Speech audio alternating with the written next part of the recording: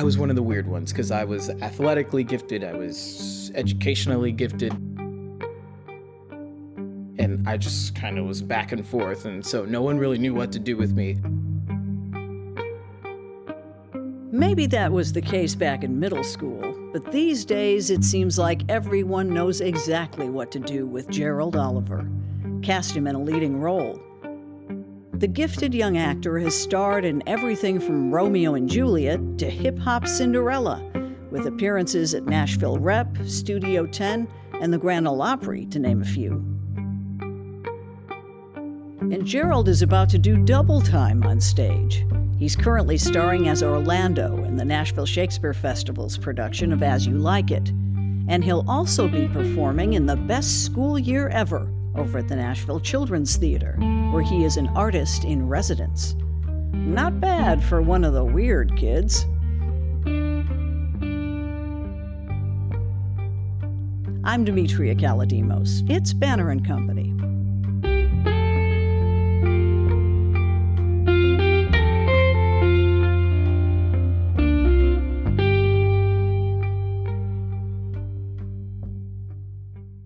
So you're in the middle of doing As You Like It for Summer Shakespeare currently. When did that come into your life? How were you introduced to Shakespeare?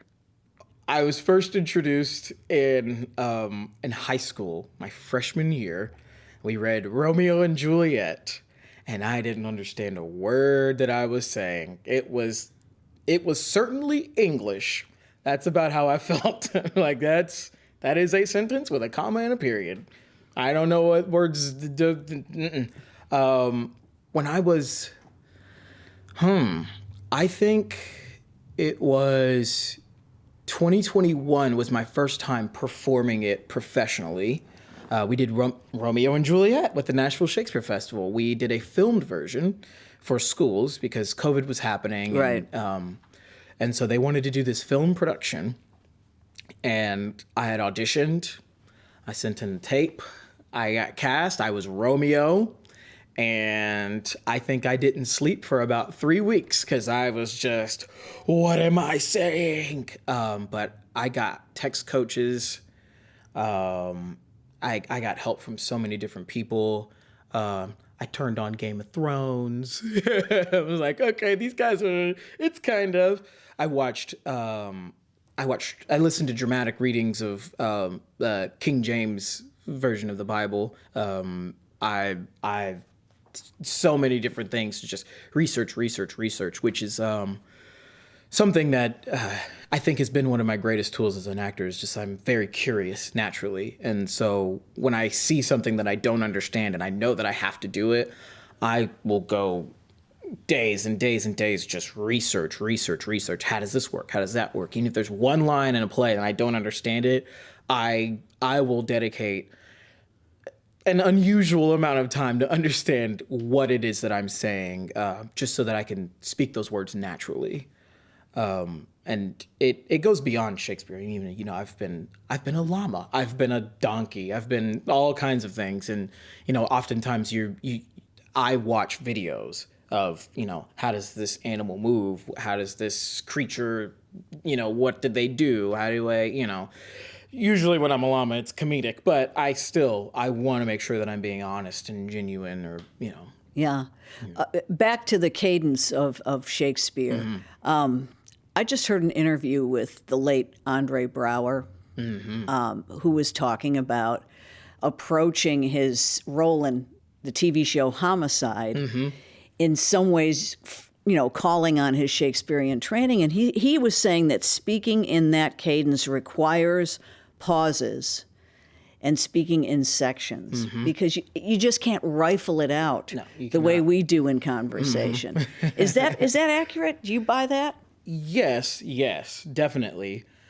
For a performer, obviously we're thinking about our ability to say the words naturally, but also there is the audience who has to understand what you're saying. And just the vocabulary of Shakespeare, it's archaic. No one says the words that he says and said. And we as performers, it is our duty to deliver the story to the audience, and also they need to understand what's going on. Sure. And yes, there are often times you say something and you have to give the audience, it's like a sponge, you can't just dump a bunch of water on a sponge. You have to give that water time to seep in. And it's doubly important with Shakespeare. You have got to, as you say something, let that sentence breathe. Say another thing, let that sentence breathe. Especially when there's pertinent information that the audience needs to understand. Okay, well, this is what's happening next in the story. Or, this is how this character feels at this certain amount of time. And if the sentence structure is all kinds of wonky, you really have to fall into that cadence. The iambic pentameter is another thing with Shakespeare. I mean, he loves his iambic. And so when you're doing that, you have to really know what you're stressing, what you're not stressing.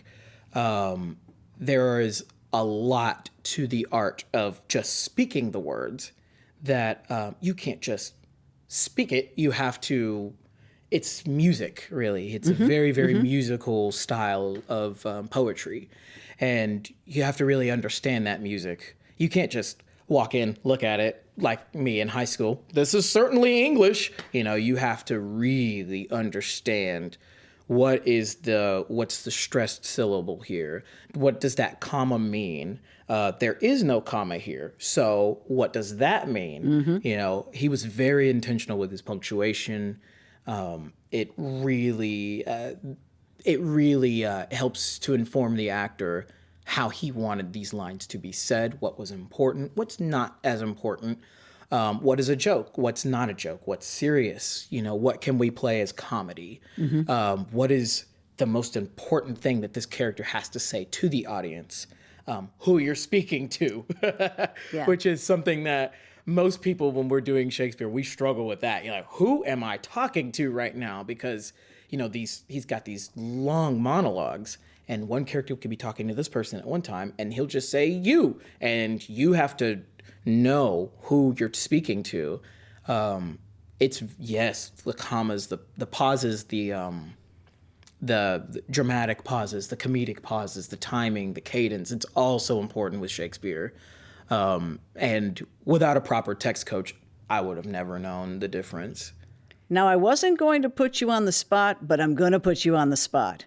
Give us a line from Shakespeare that you think you have mastered or that is stuck in your head and won't leave. There is one that I'm currently doing. It is my first line in the play. For As You Like It, I'm Orlando.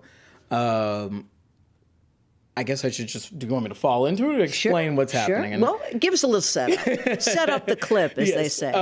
So Orlando is Orlando and his brother Oliver. We are two of three sons of Sir Roland de Boys, who is he was a honorable man who had plenty of money, and when he passed away, Orlando, my character, his brother, assumed most of the wealth from the will, and I was left 1,000 crowns, which is, it's still quite a bit of money, but to these people who've grown up wealthy, it's not quite as much. And so Orlando is he's pretty much complaining to his butler, Adam. He's complaining to his butler at the very beginning of the show about, well, my brother's got me. He's treating me. He's withholding all of this money. So into it I go. Let's see. As I remember it, Adam, it was upon this fashion bequeathed me by will, but poor 1,000 crowns. And as thou sayest, charged my brother on his blessing to breed me well. And there begins my sadness.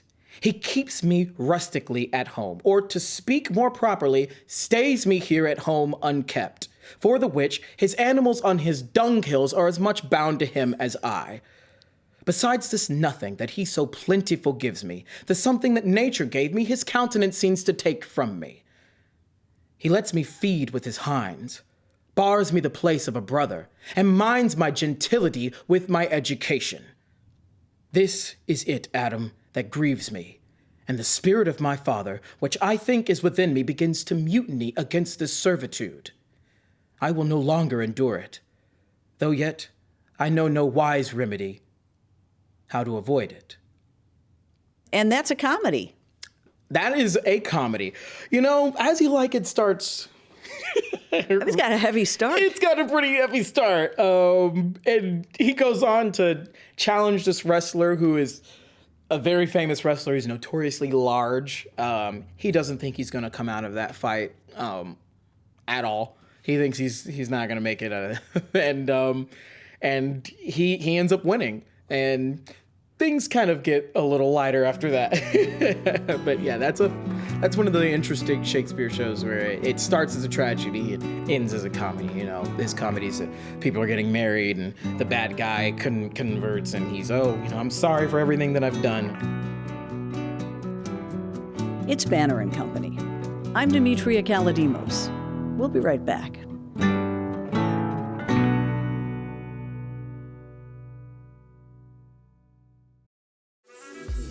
This episode is brought to you by Amazon Prime.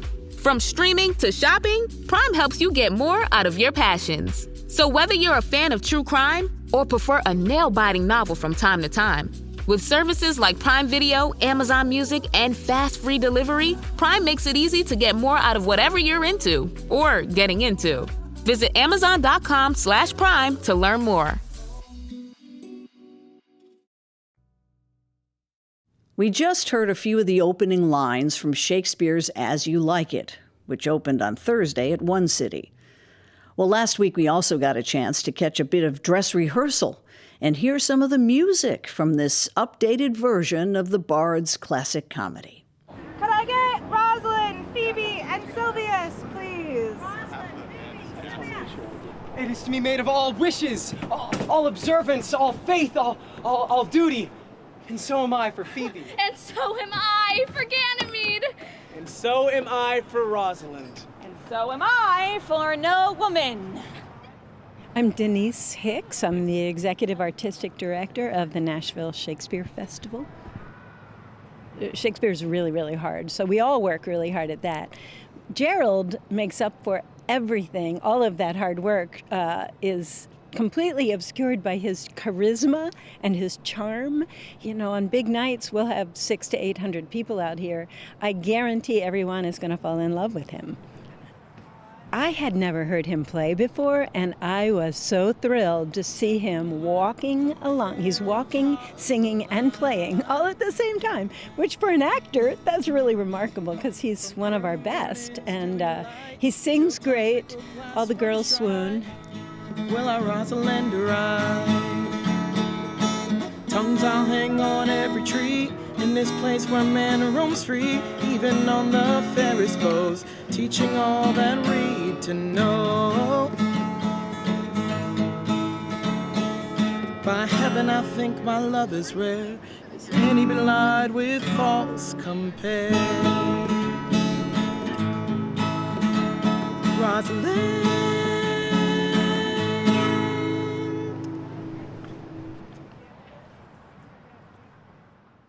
These plays have been done countless times. Does it help or hurt to listen or watch someone else's performance? I cannot watch anyone else's performance because the first thing that I will do is I will steal it.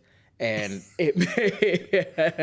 so I mean, I've seen, heard some As You Like It, just because of, again, like you said, I mean, 500 years now we're coming up on. Right. So I just naturally, I've heard some people delivering monologues, or I've seen videos of As You Like It, but you need to discover it on your own, don't you? Yes. I need to know what choices that I'm going to make for myself.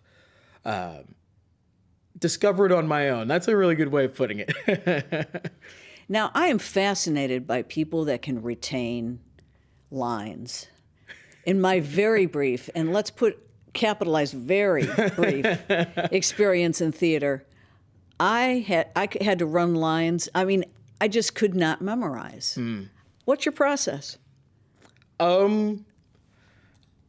I say it at breakfast. I say it in the shower. I say it at lunch, dinner. My family is very annoyed because I'm walking through the house constantly just saying it until it is a part of my brain, a part of my being. And then when I have two shows at once, which like I have coming up soon, Right.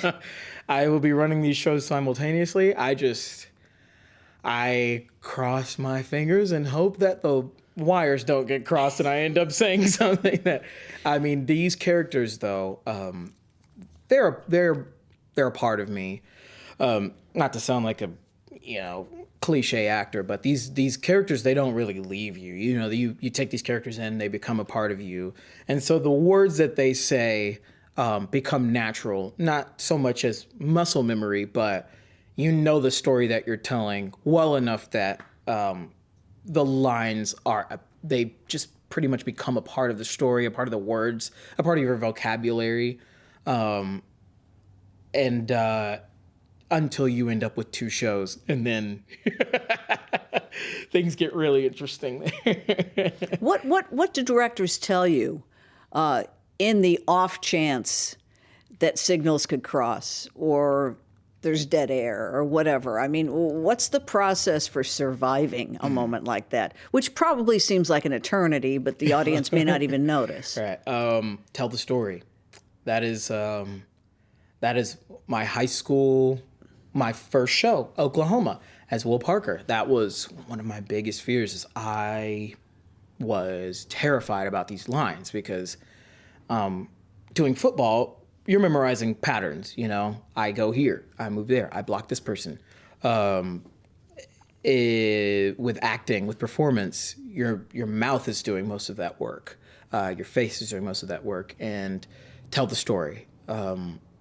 You're going to. It's going to happen inevitably. I mean, you're not an actor until you go up on a line on stage in front of 600-700 people. And the most important thing is know where you are, know what you're doing, know the story that you're trying to tell, and trust the people on stage to get you out of those situations, because we're all in this together. Theater is a team sport, and we're all paying very close attention to, and we give the signal with our eyes. The eyes get big and the eyebrows raise, and we all know, oh, here we go. Okay, they don't know their line. So, but tell the story is the biggest and the best note that I could have for anyone that is nervous about that kind of thing.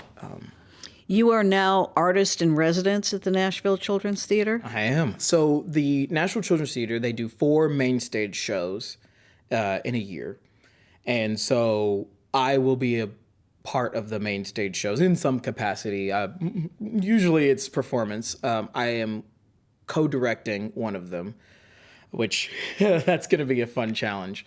But yes, I am involved in all of the main stage productions as a performer and as a co-director on one of them. So it is a great honor. It's the Nashville Children's Theater. They are long tradition. Oh yes, if I'm not mistaken, and I don't think that I am. They are the oldest professional theater in Tennessee, and that to be a part of them in any capacity, I mean, to be in one show is a great honor, and so to be a part of 4 main stage productions in a season is, I mean, it's daunting because there's a legacy to uphold, but also it's honor. Do you approach it differently, or is acting regardless of the age of the audience?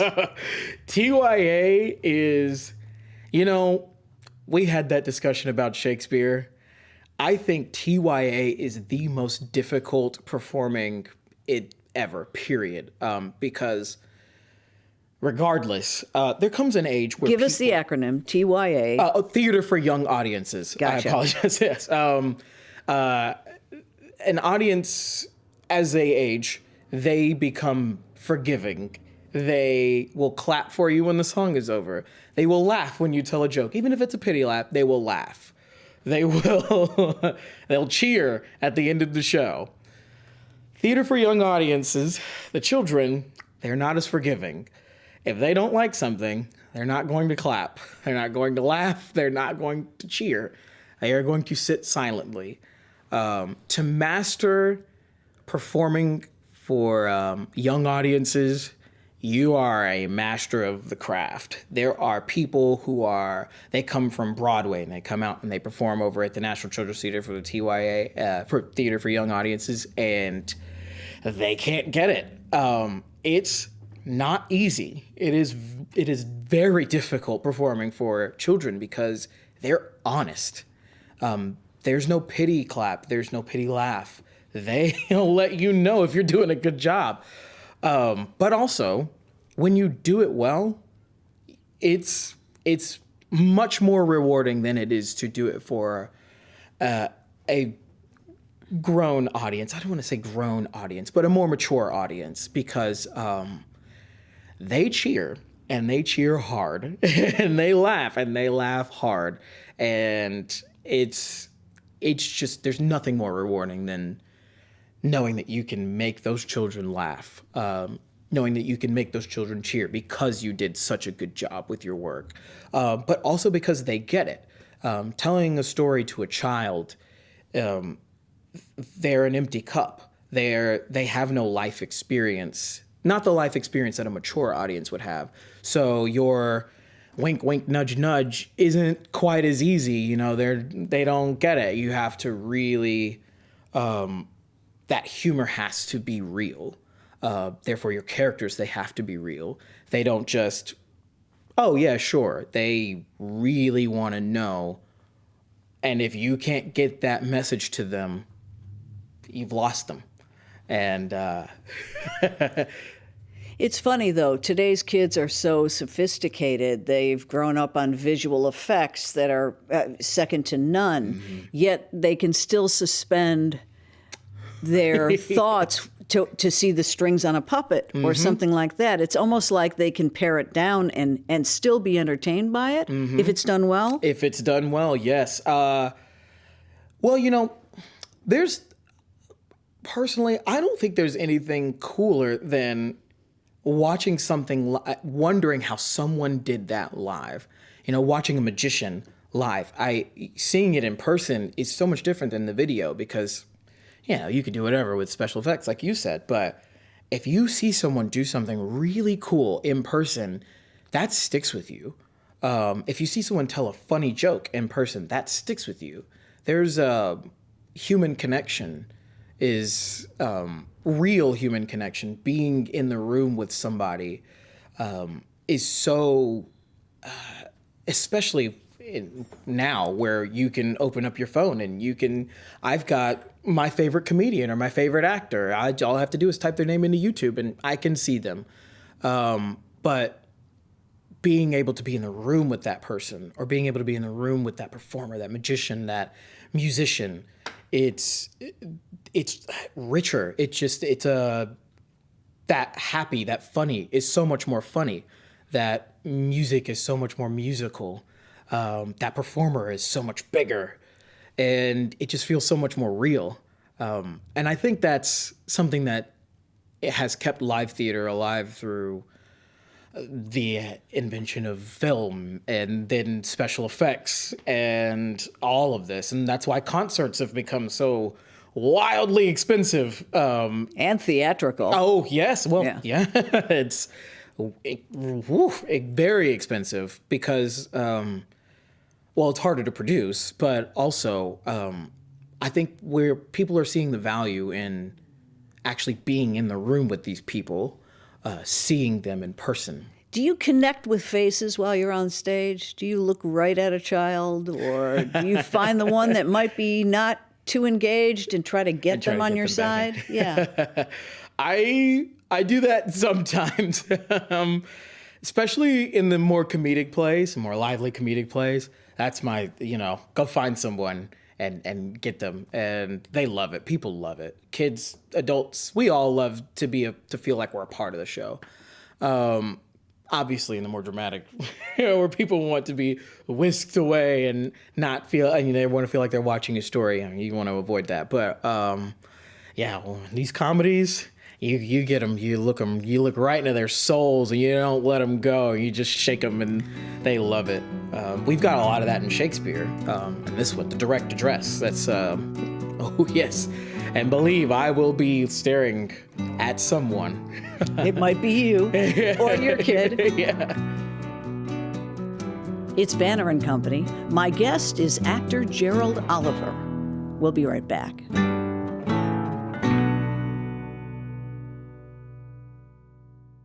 If you went on a road trip and you didn't stop for a Big Mac or drop a crispy fry between the car seats or use your McDonald's bag as a placemat, then that wasn't a road trip. It was just a really long drive. Ba-da-ba-ba-ba. At participating McDonald's. So you are making this happen. You are making a life in theater art, obviously working your tail off, but you're not having to go to New York or LA, or will you? I'm very blessed. It's hard to be an actor exclusively, and I'm not so exclusively an actor. I also teach, which it's just the nature of the business. Eventually, you're going to become a teacher or a director, alongside with the performance. But I'm very, very blessed that in this area, especially where these professional jobs are so scarce. We have 4 theaters that pay at the rate that I'm union, so we only have 4 that can even afford it. And I've been very lucky that they have employed me. I'm sure that says something for my skill as well, but to be able to do it here, where I live, where my family is, raise my son next to my family and not feel like I have to go out and travel to New York or LA, which I'm sure is going to happen eventually. I'm going to have to. And I want to. I would love to be able to perform elsewhere. I've performed in New York State. I performed in Rochester. I've been to a few readings in the city as well. I've performed in Atlanta, but to be able to do what I love and to do it here is it's a blessing. Just like performing at the Nashville Children's Theater is a blessing. The legacy of Nashville theater in general, and even as it grows, because it is growing quite a bit. To be able to make a living doing what I do here. And though it is a humble living, I am by no means am I Beyonce living in a giant mansion, but I'm very, very lucky, and I'm not in any way is it lost on me how lucky I am to be able to do this. Is film a goal? Film is a goal. I do love doing film. Film is one of those things that it's going to make you travel. Here in Nashville, we have quite a bit of commercial work, advertisement work, but narrative filmmaking, which is what I would prefer, we do not have an abundance of that here. So I do love it. I've done it a few times, and I'm always looking to break in. So maybe one day you guys will see me on a big screen. But right now it's just a goal until my son gets a little older, because the traveling it's difficult, and it would be difficult on him. He's 10, so and I want to be there for his moments. He wants to do theater himself, which well, the apple doesn't fall far, You're right, and I'm going to throw a few things at you. Okay. Dream role. When I was 19, I played a character. His name was Jimmy Early in Dreamgirls. I would love to Eddie Murphy. Eddie Murphy, yes. I would love to do that again. And I would love to revisit that role. I mean, it's been nearly 10 years. So I would love to revisit that and see what I can discover, because I'm much older. I'm learned. I would love to see what I could do with that role now. role model or person you admire? My favorite actor is Daniel Day-Lewis. Not a popular name, but there are quite a few people who know who he is. But I mean, he's no Michael B. Jordan. He's no Leonardo DiCaprio, but he is my favorite actor. He just melts into the character every time. I've seen movies when I was younger, grew up, and realized that's Daniel Day-Lewis, because he's not a personality playing a character. He's not Dwayne "The Rock" Johnson playing a character. He's Daniel Day-Lewis, and he is an actor. And I would love to sit down and chat with him one day and just figure out his process. Is casting still a problem for artists of color, or is that improving? It seems like we have at least acknowledging that some roles are restricted or have been restricted. Does that worry you? It worries me less now than it did when I was first starting. When I was first starting, typically you were either the only one in a cast, or it was a show specifically designed for a black artist or a black actor. And increasingly, it happened very quickly. You're starting to see more and more and more just roles opening up for anyone. It used to be they would advertise it as all races welcome, all genders and races welcome, but no one really believed it. We all knew what everyone was looking for, but now it really does. You really do see. I mean, with Ariel and the new Little Mermaid, the live-action Little Mermaid. I mean, things are just opening up. People are a little more open to the idea of a black person playing Ariel, or my personal favorite Spider-Man villain, Electro, a black person playing Electro, who was traditionally white. And yes, it is very great. I am so excited because, though I've been doing this for some time now, I still feel like, and I'm certain I'll always feel this way, like I'm just getting into it or I'm just learning. And so, it's gotten so much better. And finally, you're on stage at the Tonys accepting that Best Actor in a Musical or Best Actor in a New Play. Who gets thanked first? My mother. She has helped me with my kid. She's helped me with my car. She's helped me with my living situation. I wouldn't be doing this if it weren't for her. I would be, no telling where I would be. But my son also, he is, as all children are, the inspiration, my inspiration. I'd probably still be doing Community. I would not have pushed myself as hard as I pushed myself to really, you got to work. You've got to work. There are a lot of people who can take some time off. Me? No, I've got to put food on the table for him. And now he's old enough to help me run lines. He runs my Shakespeare lines with me. Really? Getting him started early. So, yeah, my mother and my son, those two, they have been beacons, to say the least.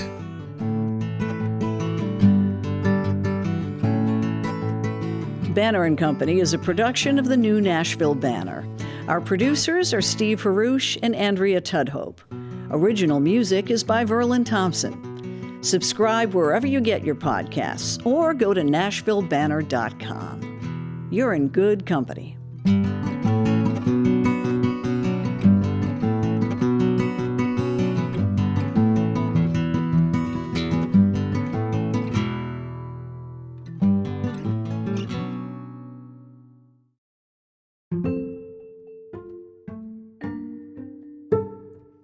See the fishbowl?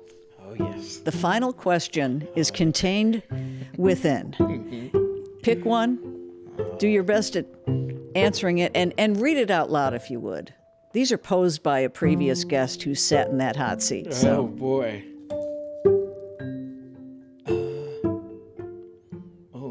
may not know who these people are. That's all right. Okay, from Maria Magdalena Campos Pons. What do you want to see? What do you want to see out of Bandit Bill that you have not seen yet?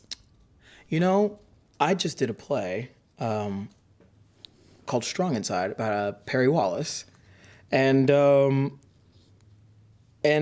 was, you know the story of Perry Wallace? Yes, first black basketball player in the SEC. He went to Vanderbilt. So this is actually, it's pretty poetic that I pulled this. I would love to see, and it's not like they don't do this already, but more about Perry Wallace. They've got Perry Wallace Way, but like a statue would be really cool, you know?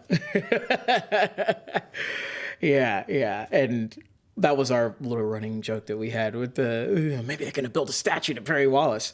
And so that's been on my mind. It's, like I said, pretty poetic that I pulled this question. That is.